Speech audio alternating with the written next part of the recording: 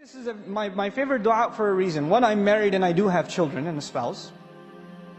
But two, all of us have to appreciate the power of this dua because of the crisis of the world today.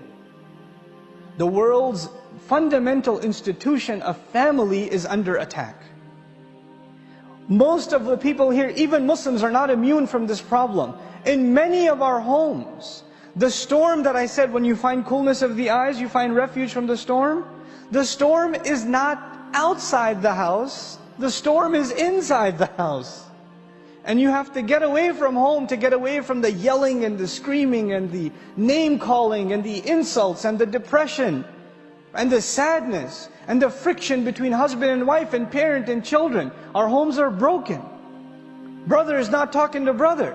Parents are not talking to children. How many of all the shuyukh, I can bet you, I can almost guarantee you, all of the speakers that have come to this conference, some mother, some father, some husband, some wife has come up to them and said, I've got this problem.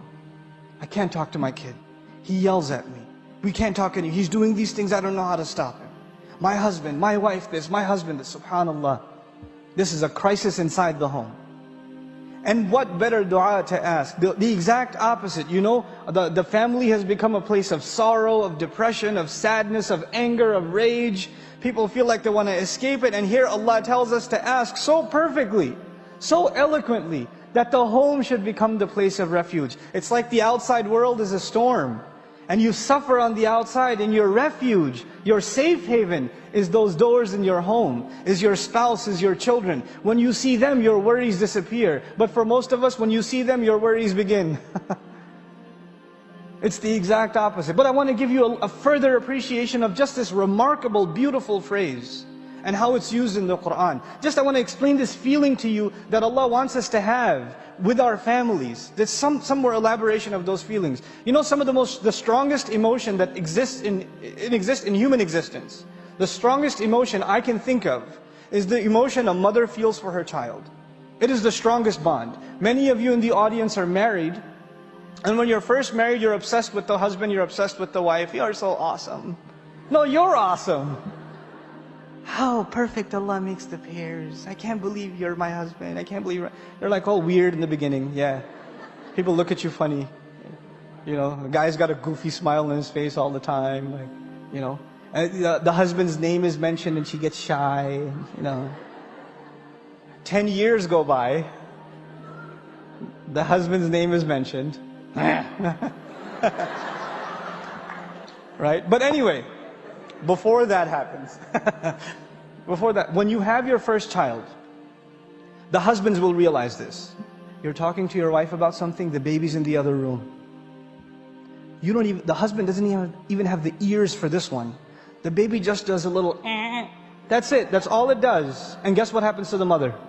That conversation is over. He was in the middle of telling her how his day went, and it was a really important meeting, and where are you going? What happened? Spider sense goes berserk, and you go in the other room, and you pick up the child. Nothing comes between who? Mother and child. Nothing comes between them. It is the strongest bond. Now I'm talking to the mothers in the audience for a second. Can you imagine the state of Musa's mother's heart? She puts her baby in the water. You can't even leave your child outside in the hall. You start calling your husband, where is he? Where is he? Where is he? Have you seen him? Have you seen him? Where is he at? You can't stop. You're 30 minutes late picking your child up from school. What happens to you? You know. I know, because I've been late picking up my kids from school before. So I know what my wife goes through. You didn't make it to the airport in time, right? You haven't seen your kids. You know, even mothers, they're in the home and they can't see the child. Where'd you go? Abdul Kareem, where are you? I'm in the bathroom, Mom, relax, I'm here. But there's this desperate, can you imagine her feeling? She's putting her child in what is apparently certain death, because what's behind is even more graphic. So she's in this desperate situation. And does she know what happened to the child? She does. Can you imagine not knowing what's happening to your child after you know that they're in a dangerous situation? Can you even imagine? Subhanallah. And on the other hand, I want to give you two women's scenarios. On the other hand, and I promise I'll try to finish within 5 minutes, there's another woman who's in a storm. In the same story. She's married to a really bad guy. What's his name? Oh yeah, Fir'aun. And you know, sometimes women are in a difficult domestic situation, and usually in a society like ours, you can call the domestic hotline, you can call the cops if there's abuse, whatever. Now we don't know if there's physical abuse, but the Quran certainly indicates psychological abuse. So much so that she has to ask for rescue, right? She's in this terrible marriage and she can't even call the cops. Well, why not? Because he owns the cops. She can't complain to the government because he is the government. She's got nowhere to turn, so the only place she can turn is who?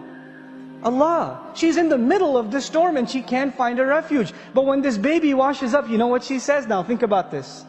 She picks up the child and she says, قُرَّةُ عَيْنٍ لِي. He'll be the coolness of my eye for me. He will be my refuge from the storm. He will be my only source of joy because I'm in the middle of sadness. She's with this child, this motherless woman, this childless woman is with this child now, and all of a sudden all her problems disappear. That's her first reaction to this child. Now, one more thing. One last thing. Just about this coolness of the eyes. And why this dua is so beautiful and powerful and eloquent. You know, when a mother has lost her child, which in this case she has, and she is reunited with her child. Can you imagine the feeling of a mother whose child was lost and then she was reunited with it? Can you imagine the tears of happiness? Can you imagine that emotion?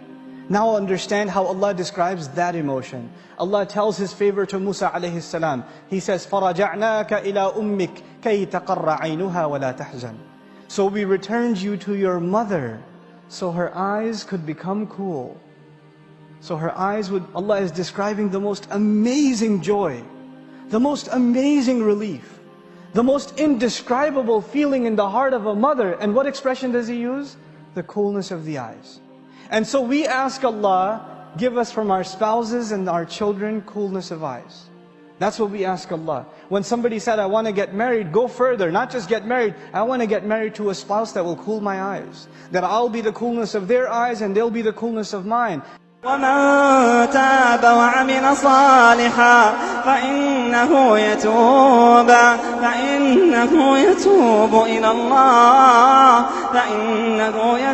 إِلَى اللَّهِ مَتَابًا وَالَّذِينَ لَا يَشْهَدُونَ الزُّورَ وَإِذَا مَرُّوا بِاللَّغْوِ مَرُّوا كِرَامًا والذين إذا ذكروا بآيات ربهم لم يخروا عليها صما والذين إذا ذكروا بآيات ربهم لم يخروا عليها صما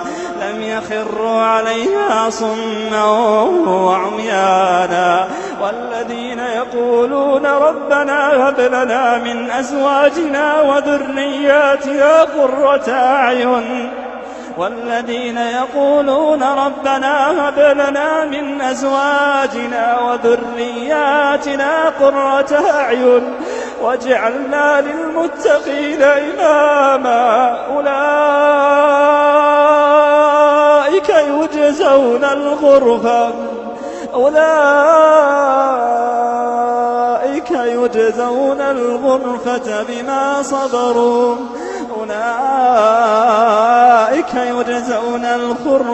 بما صبروا ويلقون فيها تحية وسلاما.